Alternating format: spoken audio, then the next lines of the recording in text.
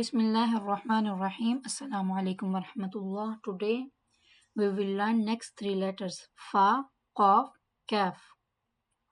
Let's start. First letter of today's lesson is fa. Makhraj of fa is touch the lower lip to the edge of the upper teeth. Fa. Repeat with me. Fa, fa, fa. The next letter is qaf.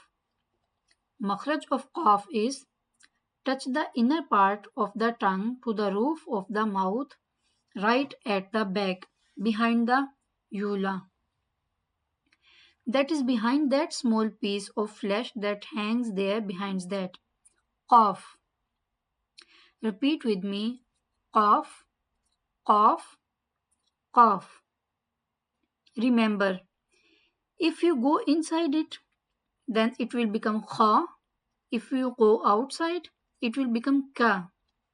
In the middle of these two letters, it is qa. So it is qa. Don't say it like kha or ka, and don't say it ka. It is not ka, it is qa, thick and high letter. The next letter is kaf, ka. Makhraj of ka is touch the inner part of the tongue to the roof of the mouth right at the back. Ka. Repeat with me 3 times.